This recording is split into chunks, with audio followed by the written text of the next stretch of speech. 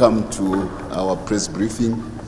You are aware that we had a Politburo meeting yesterday, and many of you came to cover it. I want to thank you so much for coming to cover our meeting, at least the opening statement of our president, Dr. E.D. Mnangagwa, and it seems it always go down well.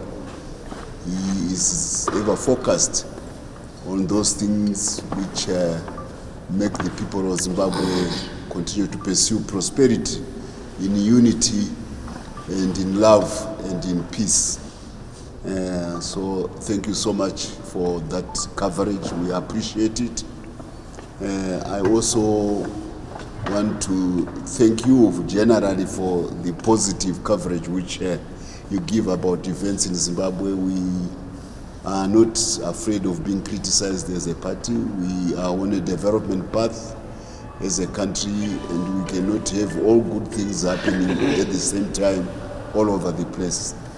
There are gaps which may be there, and it is the duty of the press to uncover them, because you also not to just don't work for, you work for the public. You are the ears and eyes of the Zimbabwean public. So we appreciate your incisive and even critical coverage of the events which surround the day-to-day affairs of the country, particularly the impact of us, the part of the permanent Zimbabwe revolution, on the lives of the people of Zimbabwe. We are the largest party in the country, and probably now the only vibrant party in the country. Others have fallen away. So what matters, what happens here, is of great importance to the generality of Zimbabwe people. So I want to thank you. Beyond the speech of our president, which you covered, which is also in the press, there were other highlights of the Politburo meeting which I would like to bring to your attention. The first ones, which are of course of interest to our membership, but also to you and to the generality of the people of Zimbabwe, because this part has got such a footprint, a huge footprint on the day-to-day lives of the people of Zimbabwe. So the goings on in the part of ZANU-PF are of importance to generally get to know. And the president yesterday presided over a number of disciplinary issues which had been brought before the Politburo for its attention. And I'm going to tell you that in all instances where there were attempts at expulsion of membership of some of the allegedly truant or faltering members, the president rejected the notion. He wants the party to be united, and he does not want rumor mongering and the other malfeasances, nefarious activities to divide the membership of the party. So he was very, very careful in making sure that we don't have gratuitous expulsions in the party, which would then make divide the people, and at the same time weaken the party through unnecessary acrimony. So nobody yesterday, according to the reports which had come from the disciplinary committee, nobody was expelled, including Comrade Nyokayemabhunu, who had been brought in by Harare province. There was also another attempt in another recommendation about expulsion after a feud between members in Mutsvangwa. And the president says both members are guilty. We don't want violence in the party. We don't want people who resort to settling issues about party through physical means. So they were given a reprimand, but there was no attempt. Both of them were found to be equally culpable, rather than, although the recommendations from some of the provincial disciplinary committees was that somebody be expelled. The president rejected the notion of expulsions. He wants unity in the party. The other issues, they come from electoral co-option in Manicaland, which the president listened to report from leader of the party in Manicaland, Comrade Chinamasa, and there was a lot of debate about this matter, and the decision was that the president be given the privilege of going through the report of the security department of the party. And since the head of the security department of the party was on duty out of the country, the matter was deferred until he submits this report. So it means that there is no recognition of any kind as yet from the Politburo about what went on in Manicaland.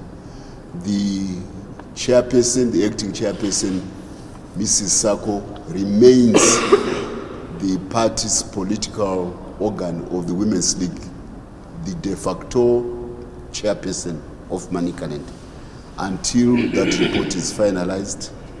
It means that those premature announcements which you have read or had been heard on this particular matter, announcing that Dorothy Mabika is the new chairman, that is not the decision of the Politburo.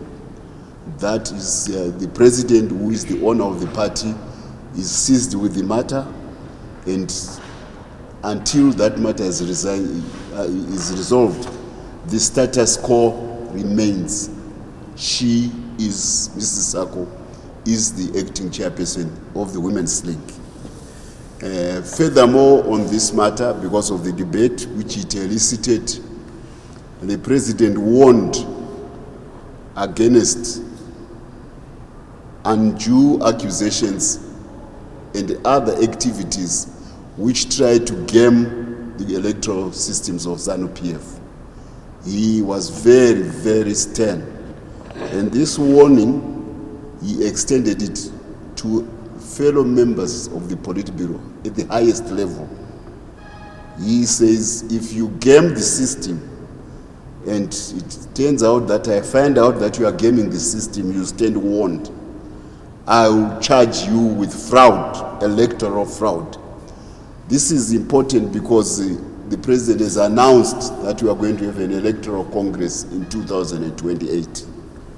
So there is now a lot of justing for positions, and there is a lot of trying to trap others or to sidestep others or to shortchange others within the party or to manipulate the constitution so that it favors particular outcomes. Actually, some of these core options, they now look like attempts at deployment rather than democratic electoral processes within the party. The president was very, very stern in his warning against such conduct. And I think it will be important for everybody to take heed. He emphasized the principle of democratic centralism. Maybe I would need to explain that as a mass party which believes in elections, which came to power in 1980 through elections, even if it was on the verge of winning militarily, the president reminded that we came to power through an electoral system. The issue of people freely choosing what they want, who they want to be their leader, is cardinal to the democratic ethos of ZANU-PF. So if you are democratic, it means you also tolerate debate. And that's why in the Politburo there was a robust debate, a free airing of views. Nobody is suppressed. You express what you want. But once a decision has been made, because that is the democratic part of it, but once a decision has been made by the sender, who is the President of the Republic, everybody falls into line on that particular decision. He will not tolerate people who behave otherwise or who try to game the electoral system or try to subvert the constitution of ZANU-PF, because the constitution is the Bible of the party. So this is on the issue of cohesive leadership around the president. but being discharged in a very democratic give and take debate among the membership at whatever level. Everybody in ZANU-PF should feel free that this is the party I belong to and my views do count, and I won't be unduly suppressed, I won't be unduly shortchanged when it came to competing for office. And let's give the people, the membership of the party, the chance to actually decide who they want, unfettered by any other considerations. He also made it very clear that the Women's League, the Youth League, the War Veterans League, and the Men League are organs of the party. He is not going to tolerate any of these organs of the party behaving as if he is in a coalition with the ZANU-PF or that entity is in a coalition. There's no coalition among the organs of the party of ZANU-PF. There's only centralized leadership of the president. So he was cracking the whip upon tendencies of trying to ride on the autonomous identity of these entities within this democratic system of the party to try to then divide the party. He does not want the party. He wants the party united. He does not want tendencies which go to fraying the party on the edges. So I again highlight, because in an instance, there's where some youths come from other provinces to go and support a particular candidate in the primaries of the elections of the party.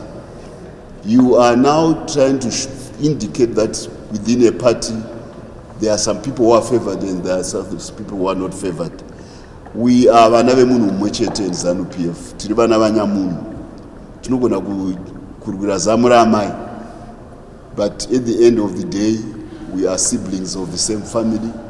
So we cannot tolerate alliances within the party which go along certain particular lines to favor certain tendencies or to favor certain ambitions. The president says that will not be tolerated. I am saying this to you, although you are not being members of the party, simply because this party is so important to the day-to-day affairs of the country. And even if you are not a member, it is of interest that you get to know, because as a winning majority party in the parliament, we make decisions on behalf of everybody in Zimbabwe. Yeah, and we always try to do it for good and not for worse. So that clears the issue about tendencies of trying to divide the party. He wants every effort to unite the party rather than to divide it. That's what the president said. The other issue which was addressed by the president is that this is the season of winter wheat. We have done well as a country in a very short period of time to become self-sufficient in wheat. We are now preparing for the season. He hopes that the Minister of Agriculture is up to speed so that the people of Zimbabwe can again produce a bumper harvest in wheat. But not only the Minister of Agriculture, but also the Minister of Power, Energy, because this is a crop which relies on irrigation. And we are happy to say that the Kariba Dam is at one of its fullest.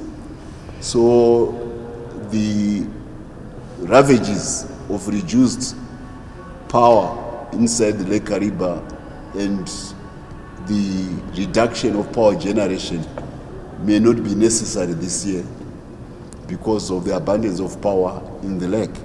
So he hopes that farmers will be able to produce wheat and create another bumper harvest for Zimbabwe as the second country in Africa to become wheat sufficient after more populous Ethiopia.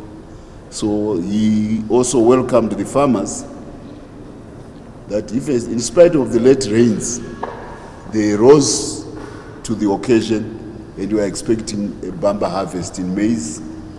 So by and large, Zimbabwe remains food secure. This is a very good thing because there is a lot of gnashing of teeth globally that USAID has closed offices in certain countries.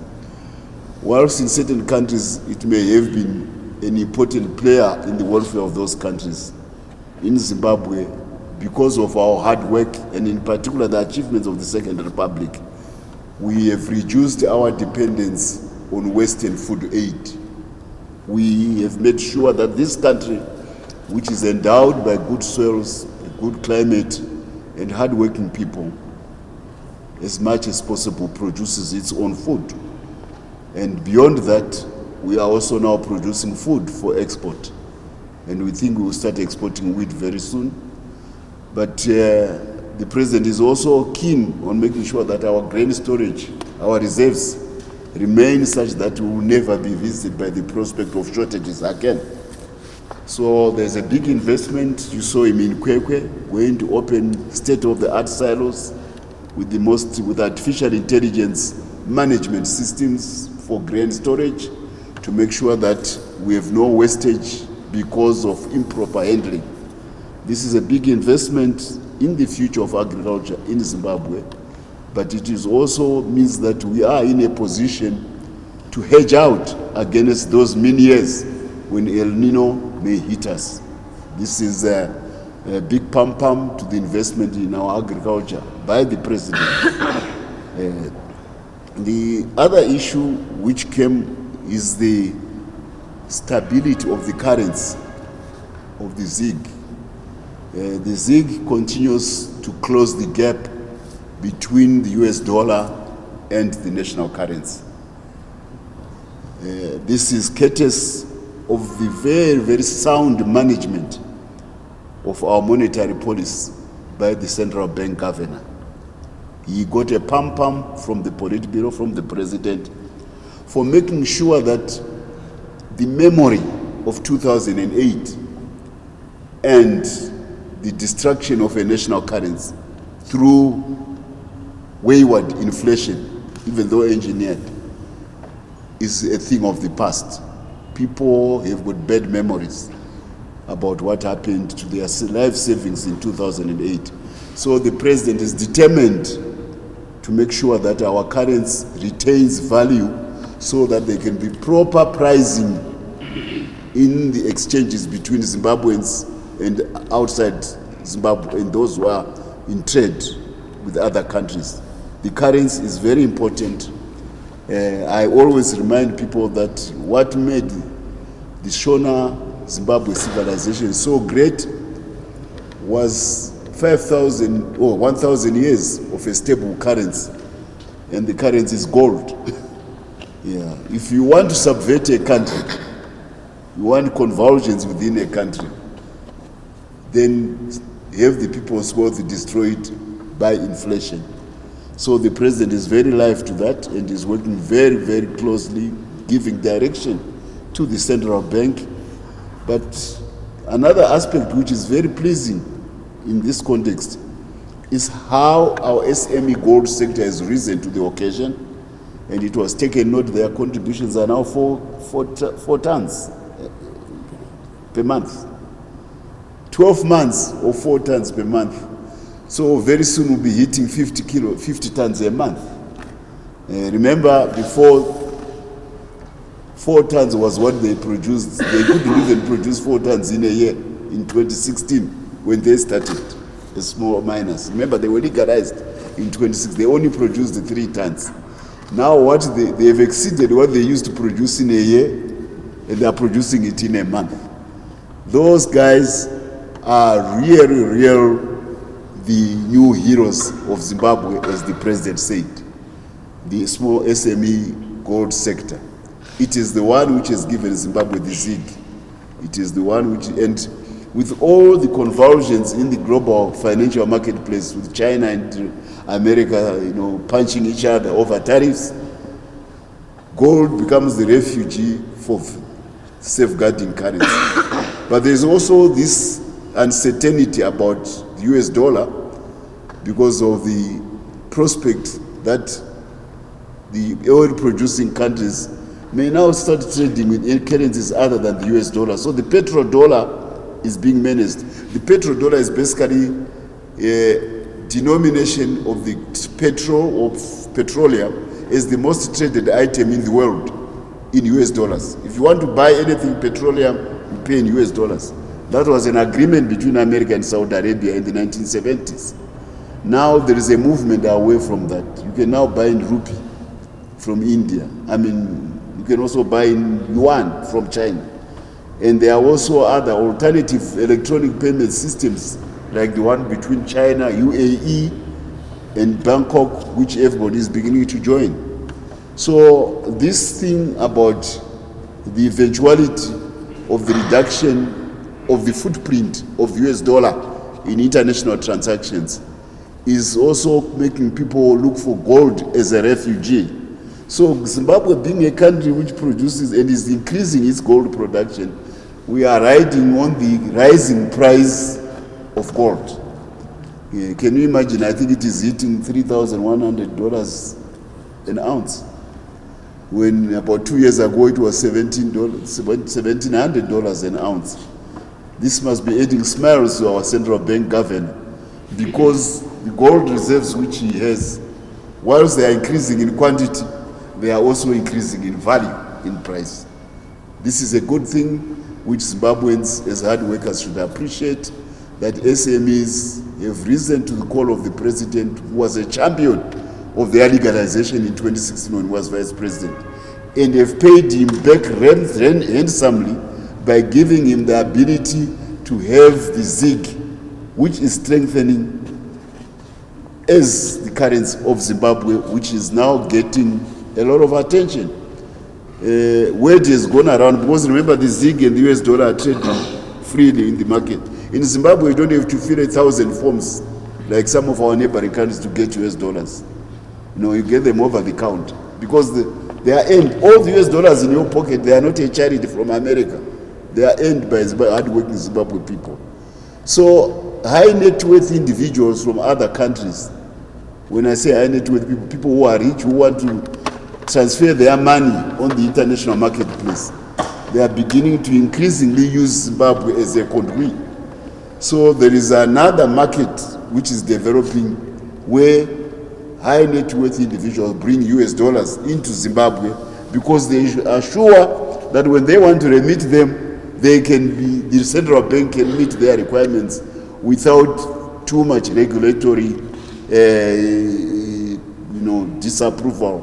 So it is also driving the economy towards maybe where the retention on some of our exports may eventually be reduced, because the amount of foreign currency which we are generating continues to increase. This is important for people of Zimbabwe, because ZANU-PF wants to ensure that there's price stability, so that when you go and plow to produce, you are sure that your crop will be sold at a certain price, which will not be prejudiced by the reduction in the value of the medium of exchange, which is the ZIG or the US dollar, which will be earned.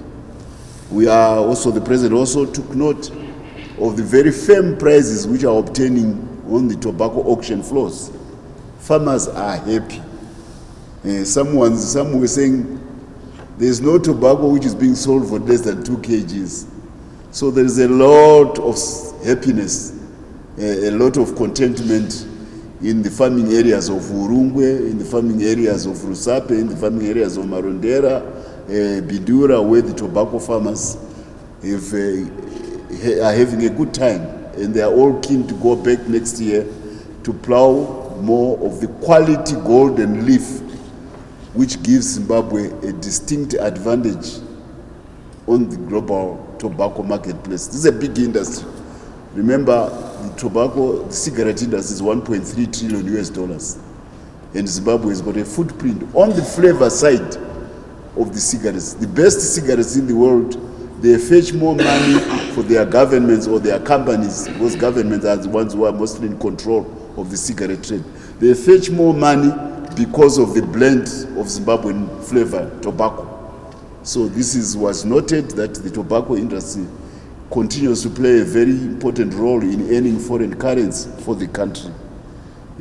Other aspects were the increased exports of some of the minerals. Yes, there have been some which have gone down, but we have a new product, which is the export of steel from Zimbabwe, which also is beginning to spawn the regeneration of Zimbabwe's downstream fabrication of steel.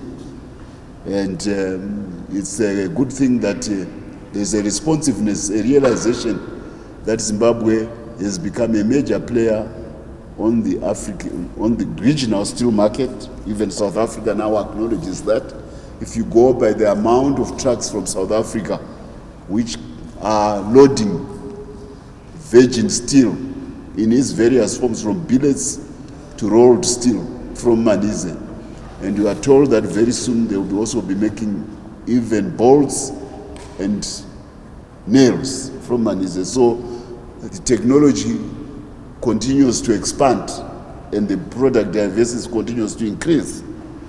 But of interest is also the downstream fabrication of steel by Zimbabweans. We are hoping that Bulawayo, which has always been our major heavy industry, steel producing city, can regain its former glory from the time when it was the headquarters of the National Railways of Zimbabwe, and Dr. Joshua Nkomo was the leader of the trade union, of the Railway Workers Union, which was at the forefront of nationalism, the nationalist rebirth of Zimbabwe, because the workers are usually the most advanced and conscious section of any society.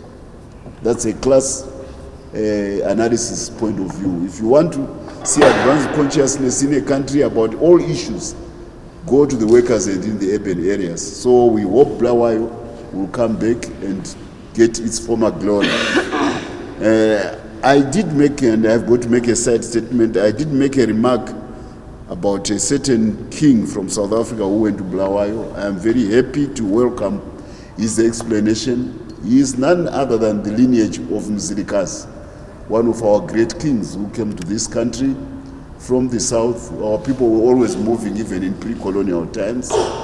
And for those who may want to know, it was not Mzilikazi who defeated the Shona kingdom of the Rozi. It was Zwagenda, but he went up north. Mzilikazi came and established his nation in western Zimbabwe, but it was integrationist. That's why you have Moyos who are Debele and Moyos who are Shona. Mpofus. This was integrated. He was a great ruler. So this king from South Africa came because originally, of course, Mzilikazi came from Zululand. He was part of Chaka's generals. So he says, no, I didn't come to cause problems in Zimbabwe. I came there because of the cultural affinity between the two peoples of Zimbabwe and South Africa. This is a good thing. Of course, it is Coulthard who was trying to abuse him, to try to use him for tendentious issues about the cohesiveness of Zimbabwean society. So he distanced himself from Coulthard. I want to bow to my king and his lineage to say this is how African kings have always been. They have behaved in a noble manner, which is to unify the people of Africa. That's what our great African kings have done. I also want to stretch to a little bit of a foreign policy issue. We are always reticent to comment about other nations' foreign policies, but we were a little bit unsettled a couple of weeks ago when there was a nosedive in the relation between Pretoria, Tshwane, and Washington. We are happy to say that President Trump and President Cyril Ramaphosa may soon be meeting, and that the ruckus which may have been brewing between the two nations will be settled by discussion. But even more pleasing is the fact that the Afrikaners have reached out to the ANC and they had a meeting. We continue to emphasize that Afrikaners are Africans. We want them to be treated in the same way as any other African, because if we treat them like that, we also show to the world that even if Russians come to Zimbabwe and settle, they will be treated like Zimbabweans. Even if Chinese come to Zimbabwe and settle, they will be treated like Zimbabweans. Even if Indians, who you know came with the British to build the railway line in the 19th century, they've settled. We never feel that they are aliens, they are Zimbabwean. This is the society which the president wants, very, very tolerant to in a global village. Because as we converge through technology, through commerce, through other aspects of human business activity and social activity, we need to realize that every human being is created in the image of God. So ZANU-PF's ideology is to be non-racial. That's why when we were fighting, we could never say we were fighting against white people. We said we were fighting against racism. Imagine I'm landing at Moscow airport or Beijing airport, and because I'm being oppressed by Smith, I tell them, can you help me to fight white people in Zimbabwe? The next minute I'll be back on the plane without any help. So ZANU-PF was very careful as a party to make sure that we remain a non-racial, inclusive party in outlook. And this is why we are so happy about what is going on now. The prospect of the Afrikaners reaching out to become part of the citizen of South Africa, not as exceptions, but as tolerated minority with their own culture. I always remind them, some of them, America speaks English. South Africa is an Afrikaner language. If you are going away to South America because you have been said to speak English, you are going to actually West country where your language will disappear. But in South Africa, if they tolerate each other and accommodate each other as it should be, as minorities, they will make sure that Afrikaner as a language which was founded on the African soil remains forever part of our civilization for generations to come. Why would you want a language to die? Especially when the people who speak it are some of the most active and rewarding African workers and business people. This, if you want to have good examples of successful African business on the global stage, if I put my finger, I will probably count all of them as Afrikaners in my 10 fingers, or maybe 80%. So it means they've got a positive role to engender a business culture in Africa, but also to be case studies of universities in Africa of what Africa can do in global business. So this idea of South Africa reaching out and accommodating each other makes it easy for those from outside who may misconstrue our differences to take advantage and try to divide us. I think President Trump, we hope, will revisit his attitude towards the South African government because of what is going on among the population of South Africa. So this is an issue because South Africa is an important business player in the sub-region. If there's stability in South Africa, it means more chances of Zimbabwe and to prosper. We also took note of a very successful Zimbabwe International Trade Fair, and we thank the committee of the trade fair led by Chairman Busisa. But particular thanks go to President Chapo. It was mentioned yesterday. We were so happy that our sister Republic of Mozambique sent its youthful president to Zimbabwe to come and officially open Zimbabwe International Trade Fair 2025. It was noted that in the past, because of the economic meltdown, the tendency was for government departments to be the ones which were occupying stands. Now that has changed. It is much more of businesses who are occupying stands. And the SME sector is doing things which this economy never thought of. When I talked about the gold SME sector, I also need to talk of the general SME sector because it is contributing 60% of the national GDP. By the way, the SME sector is an important cog in the national economy. It delivers goods and services for the higher echelons of economic activity. When Toyota assembles the Toyota car as a unit, you can be assured that there are millions of others who have been working, make all the components, which then come back together. And these are not done in huge factories. These are done at an SME level. So we are changing the outlook of the perception of the SME sector so that people appreciate the vital role which they make in national economic activity. They are important. They are the ones who have made sure that bread is brought to families every day. They are the ones who will say, make sure that children get educated. They are the ones who are making sure that our industries are fed with a lot of the things which we would want to make sure that they succeed. So the SME sector president is very happy, and he made particular mention of its contribution to the national economy. We have other issues. Yes. We also want to note that the president yesterday left for Russia. The reason is that it is the anniversary of the victory against fascism. You remember that there was an epic war in Europe between 1939 and 1945 when negative nationalist sentiments from Germany in particular at that particular time, we shouldn't be mentioning the time because things have changed. The Germans have denounced Nazism as an ideology to drive their politics, the exclusionary ideology of Nazism, which is akin to apartheid.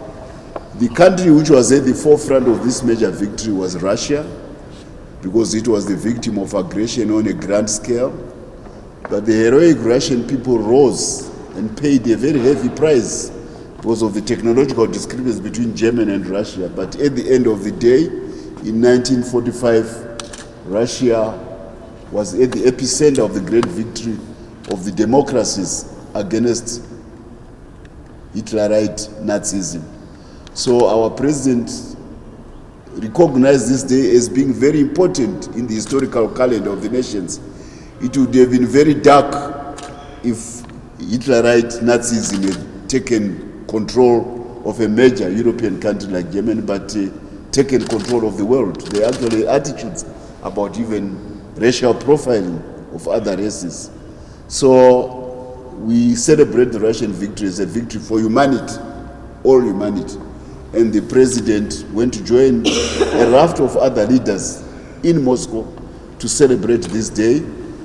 And the good thing is that with the advent of the Trump victory in America, there is a new possibility that the European tendency to fight. I don't know why Europeans love to fight.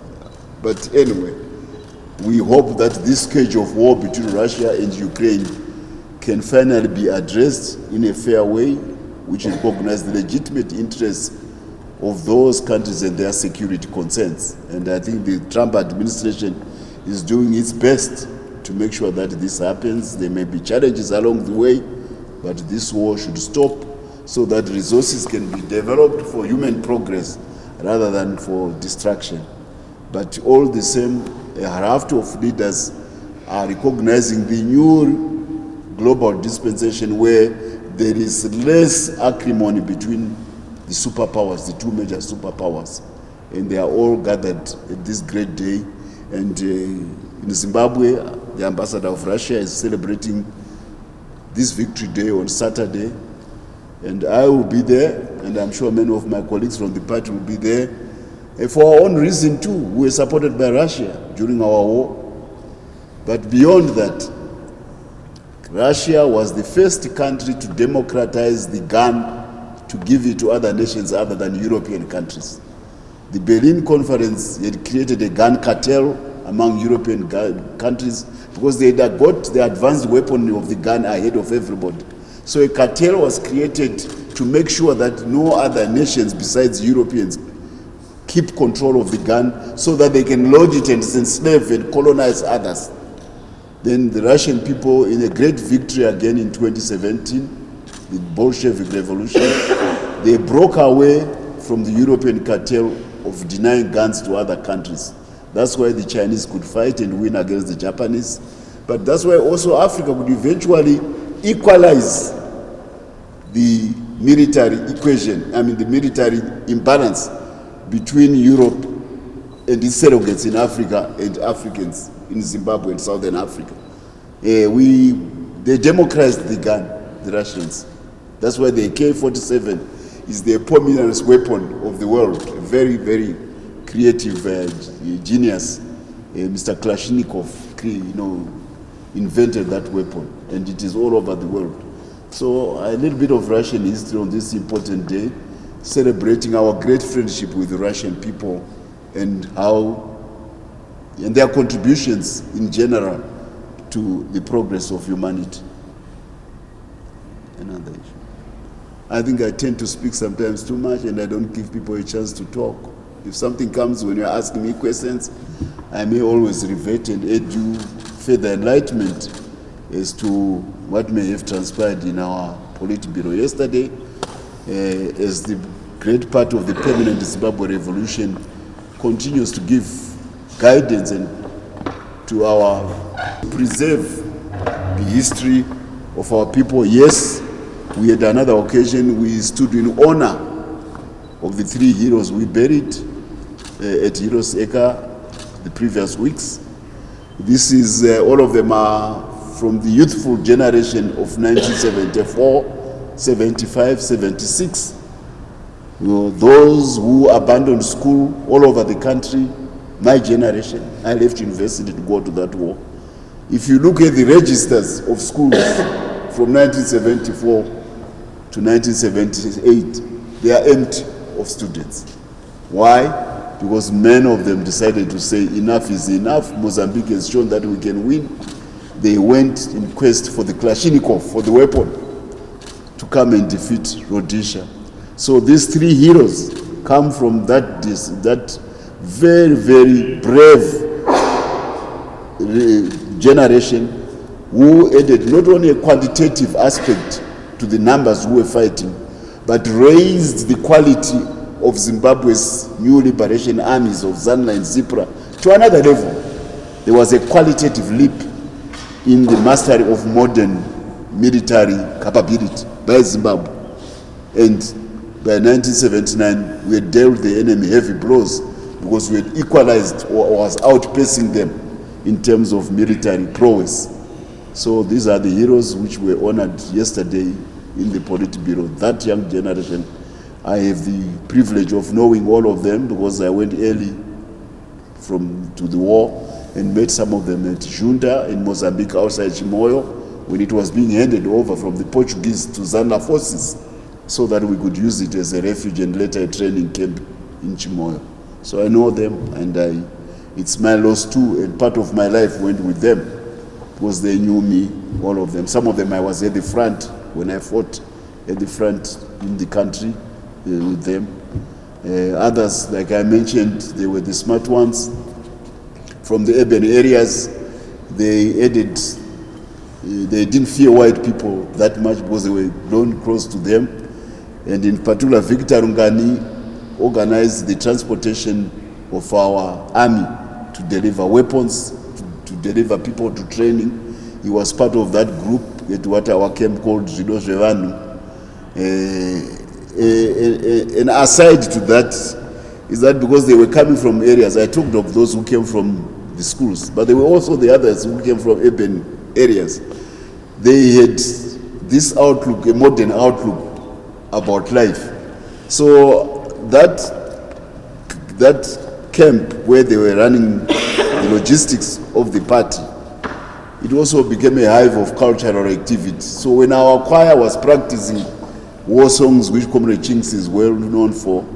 There were others who were also practicing good music from their experience from that time, you know, jazz, blues, hard rock, and that song,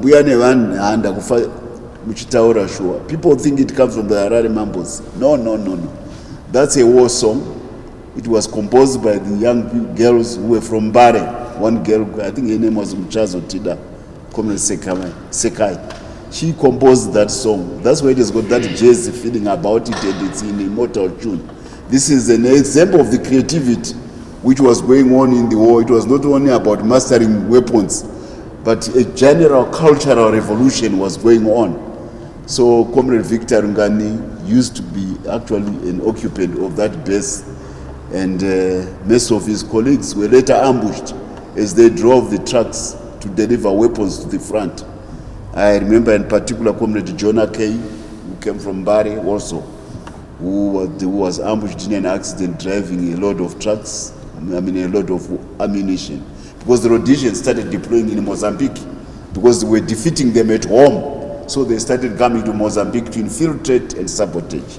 So a little bit of aside on the heroes, but some anecdotes on the history where we come from, about where we are as a people of Zimbabwe.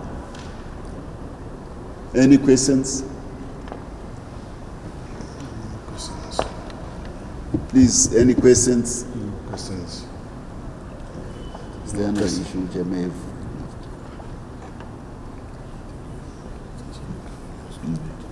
I think by and large, we had a raft of visitors from outside, including the team which is negotiating peace in the DR Congo. It is a matter of great honor that our president received that team, and Comrade and former leader of Nigeria, Olusegun Obasanjo, is now in his 80s, led that team which is trying to bring peace into the Congo. We really want the guns to die down. We fought in the Congo to try to make sure that the country's integrity is preserved. And we are very happy that Rwanda and Congo are finally finding each other, and that Washington is no longer playing a negative role in setting up one African country against another. Again, this is something which we have to give President Trump a pam-pam for.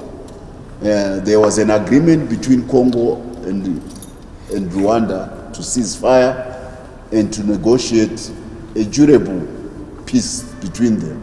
It's a very important region, very mineral rich, energy rich.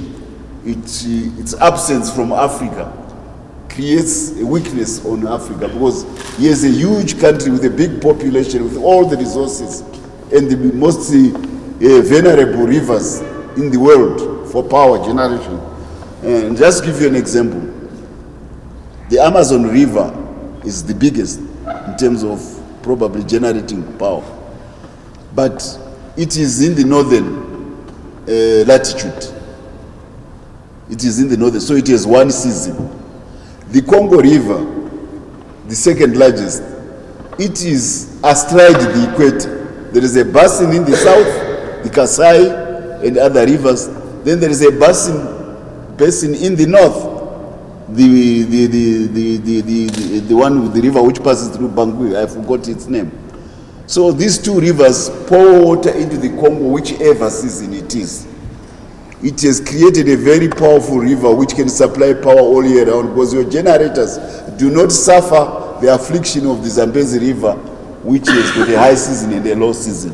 So if Africa can harness the power of the Congo, we can even enlighten Europe. This is the potential for stable power which the Congo has. Now for 60, 70 years, it has never had stability.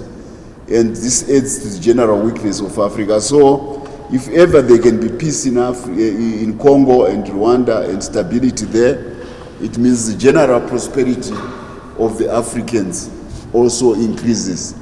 We have to I also have to announce that because of the stature which our president has among his peers in Africa, but on the global stage, we have declared ourselves as a potential candidate for a non-permanent seat in the United Nations Security Council.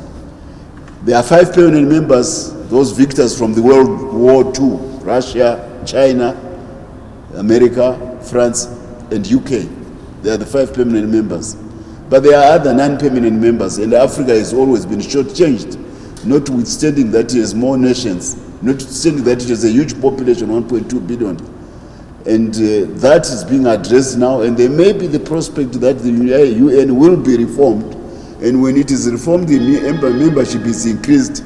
Zimbabwe thinks that we have the gravitas to be supported by other African countries for a seat as a non-permanent member of the Security Council. This is very good, and we may also look at the prospect of being the center of African liberation in a much more impressive way through what is going on at the African Liberation Museum near the Heroes Acre, so that we capture the modern history of Africa, especially its recovery as a military power capable of defending its own people. And Zimbabwe is again known for the heroism of its young people, as I referred to earlier on. So our prestige among African countries makes us having a good shot at becoming a representative of the 50 nations or plus African countries at the United Nations in the Security Council as a non-permanent member. I'm done. Thank you so much.